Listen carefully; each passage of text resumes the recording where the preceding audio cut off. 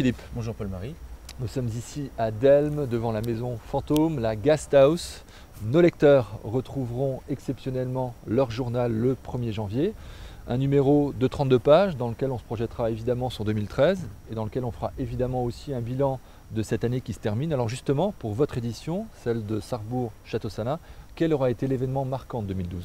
Alors, outre l'inauguration de cette maison par Aurélie Filippetti, une maison assez exceptionnelle, on peut le dire,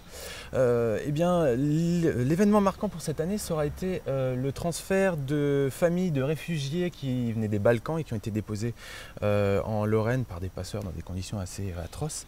Ce transfert à la maison du Pays des Étangs à Languimbert de 55 réfugiés des Balkans qui au départ étaient destinés au baraquement militaire de Dieuze. Alors il faut savoir qu'à Dieuze, il y a eu une levée de boucliers contre l'arrivée de ces réfugiés parce que ces baraquements militaires, la mairie de Dieuze les destinait à une autre vocation. En tous les cas, voilà, ils n'auront pas été transférés à Dieuze mais à Languimbert, mais ça aura causé pas mal de remous dans le pays de Sarrebourg et dans le Saulnois. Philippe, nous sommes maintenant à l'intérieur de la maison fantôme. Quel aura été pour l'édition de Sarrebourg-Château-Salins l'homme ou la femme de l'année en 2012 ? L'homme de l'année, il a 16 ans, il s'appelle Thomas Unterreiner, il est originaire de Romelfin. Et cette année, il a sorti des eaux une femme, des eaux de la Sarre. C'était en septembre dernier, à proximité de l'école Pont-Saravi à Sarrebourg. Et on l'a retenu parce que finalement, dans le monde individualiste dans lequel on vit, des gestes vraiment chevaleresques comme celui-là, il n'y en a plus beaucoup. Des gestes dans lesquels finalement on peut y rester finalement.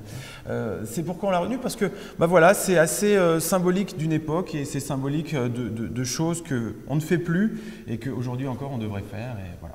Philippe, nous sommes maintenant devant la synagogue de Delme, pas très loin de la maison fantôme où nous étions il y a quelques instants. Quel sera l'événement à marquer sur l'agenda 2013 pour l'édition de Sarrebourg-Château-Salins ?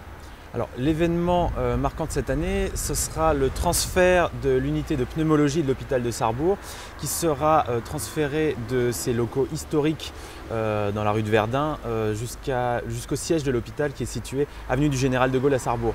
Alors pourquoi est-ce que c'est important ? Parce que ça n'est pas qu'un transfert d'unité.